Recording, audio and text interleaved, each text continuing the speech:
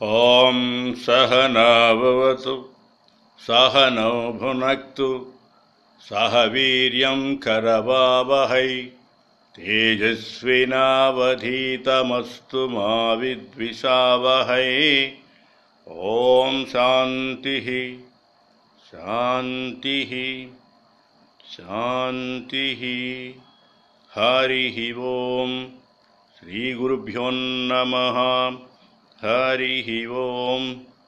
సాక్షాత్తు దివ్యాత్మ స్వరూపులైన మీ అందరూ ముందుగా నమస్కారం. మనం భజగోవిందం 73వ ధారావాహిక చేసుకుంటూ ఉన్నాం. గత శ్లోకంలో కాతే కాంత కస్తే పుత్ర సంసాయము తీవ విచిత్రం అంటూ మనం చెప్పుకున్నాం. ఎవరు నీ భార్య, ఎవరు నీ పుత్రులు? సంసారం ఒక విచిత్రం కనపడుతుంది. ఇది చూస్తే వాస్తవం ఎంత యథార్థం అనిపిస్తుంది.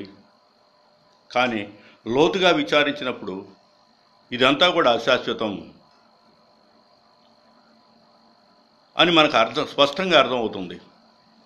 మనం పెట్టుకున్న బంధాలన్నీ కూడా ఎంతో అందంగా ఆనందంగా ఉన్నాయి అనుకున్నా కూడా ఒకనాడు విడివడిపోవాల్సిందే. నేనైనా పోవాల్సిందే, లేతే నాతో ఉన్నవాళ్ళైనా పోవాల్సిందే. ఇది సత్యం సత్యం సత్యం. ఇందులో మార్పు అంటూ లేదు. ఎందుకని మనకు కనిపిస్తూనే ఉన్నది. మనకన్నా ముందు ఉన్న వాళ్ళంతా వెళ్ళిపోతున్నారు, తర్వాత వస్తూ ఉన్నారు. కొంతమంది వెళ్ళేవాళ్ళు వెళుతూ ఉన్నారు, వచ్చేవాళ్ళు వస్తున్నారు.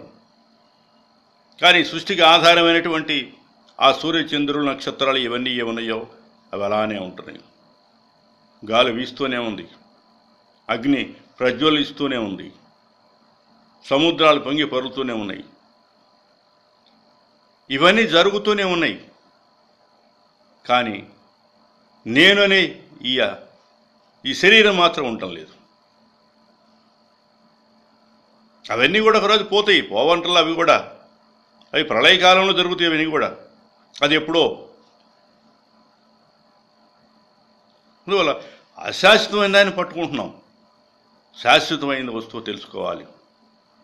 అందుకే శంకరాచార్యులు వారు చెప్తున్నారు మన తర్వాత శ్లోకంలో, దాన్ని ఎలా పట్టుకోవాలి. దాన్ని పట్టుకోవాలి, కానీ ఎక్కడ దొరుకుతుంది అది? ఏదైనా షాపుల్లో అమ్మే వస్తువా? ఎంతైనా డబ్బిచ్చి కొనుక్కోవచ్చు, కానీ దొరకదే. కానీ దొరుకుతుంది. గ్రంథ రూపేణ ఉంటాయి మొత్తం కూడా. అవి మనం అలా చూడం, ఏదో అట్లా పక్కన పడేస్తాం. మన మహర్షుల అంతా కూడా సాధన చేసి వాళ్ళ యొక్క జీవితాల్ని ఒక ఫణంగా పెట్టి మన కోసం అందించినటువంటి శాస్త్రాలు అవన్నీ కూడా అశాశ్వతమైన ఏముందో దానికోసం ప్రాకులాడుతున్నాం. శాశ్వతమైన వస్తువు ఎక్కడుందో తెలియట్లా. అందుకే శంకరాచార్యులు నెక్స్ట్ శ్లోకంలో చెప్తున్నారు, సత్సంగత్వే నిస్సంగత్వం, నిస్సంగత్వే నిర్మోహత్వం, నిర్మోహత్వే నిశ్చలతత్వం, నిశ్చలతత్వే జీవన్ముక్తి.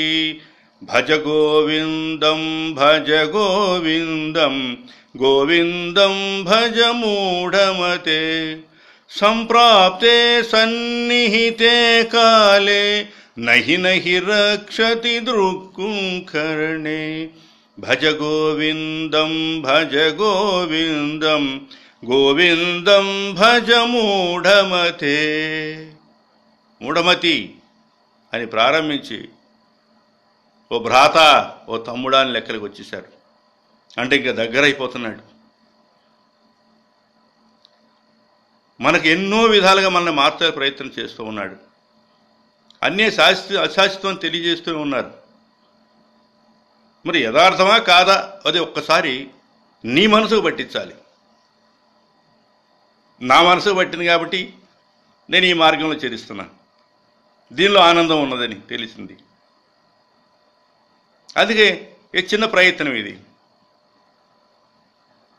చిన్న ప్రయత్నం. ఒక్కరైనా మారరా? ఇది నాది. సుమారుగా ఇప్పుడు మొత్తం కూడా 6 గ్రూపులు ఉన్నాయి వాట్సాప్. అంటే సుమారుగా 500 మందికి డైలీ వెళ్తుంది. మరి ఫేస్బుక్లో చెప్పడానికి అవకాశం లేదు.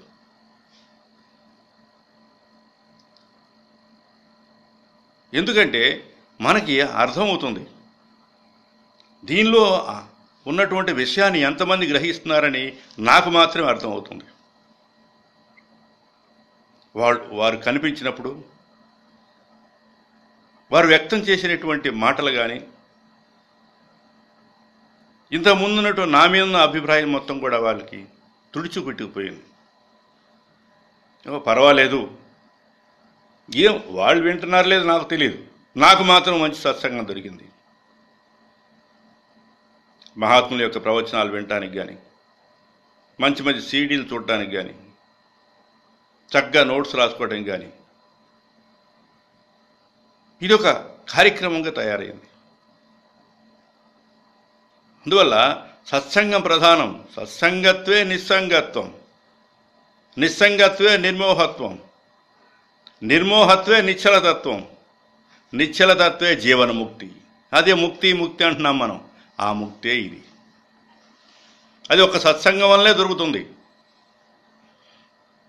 మనం కూడా చెప్పుకున్నాం, చాలా కొంచెం వెలిగించే ప్రయత్నం చేయాలి. కొద్దిగా యాగాగ్నిలో వేసినట్టు మనం చెప్పుకున్నటువంటి పైన ఒక కర్ర కింద ఒక కర్ర పెట్టి మధ్యలో పెట్టి మధ్య చిలికినట్టు చిలుగుతుంటే చిన్న రవ్వ వస్తుంది. ఆ రవ్వనే కొంచెం కొంచెం కొంచెం కొంచెం దూది వేస్తూ పుల్లలు వేస్తూ అట్లా రవ్వుల్చుకున్న తర్వాత దాంట్లో పచ్చికట్టెలు తీసుకెళ్ళేసినా కూడా దగ్ధం అయిపోతుంది. నీలో ఆ భావన పెంచుకోవాలి.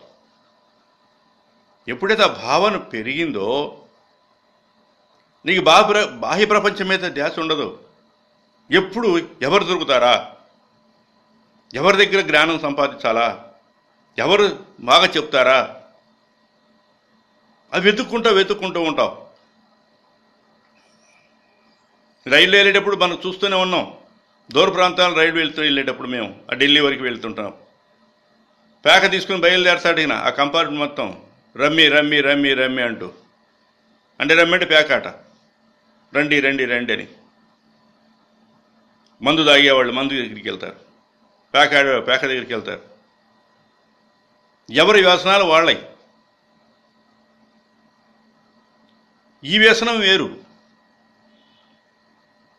ఈ వ్యసనం ఏంటి? ప్రపంచం మీద ధ్యాస తీసేసి పరమాత్మను తిరగాలి. తిరుగుతుంది కూడా. ఎందుకని?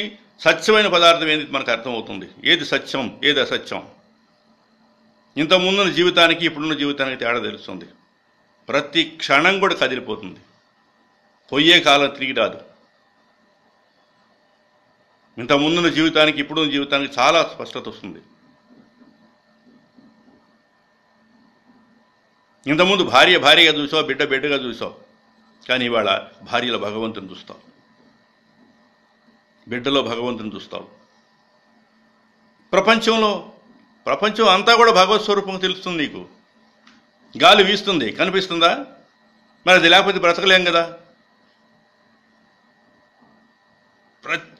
ప్రతి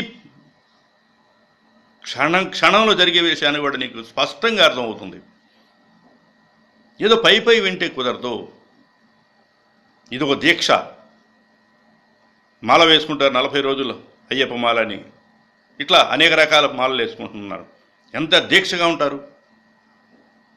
దీనికి అలాంటి మాల అవసరంలా. దీనికి నిబంధనలు లేవు. స్నానం చేయాలి, లేకపోతే పట్టుబట్టలు కట్టుకోవాలని లేదు. కౌపీనం అంతా కలుభాగ్యవంతగా లోకట చెప్పుకున్నాం మనం. భగవాన్ రావణ మహర్షి ఏం చేశాడు? ఆ గోసిగుడ్డ మీద అట్లా కూర్చున్నాడు. ఎంత ఆనందంగా ఉండేవాడు. ఆ ఫోటోలు చూస్తే మనకు అర్థమవుతాయి. వారిని ప్రత్యక్షంగా చూసే అదృష్టం నాకు లభించలేదు. కానీ ఎంతో ఆనందంగా ఉండే ప్రయత్నం ఆయన ఎలా చేస్తున్నారో నీవు అలే చేస్తావని తెలియజేస్తూ సెలవు తీసుకుంటున్నాను. హరి ఓం తత్సత్.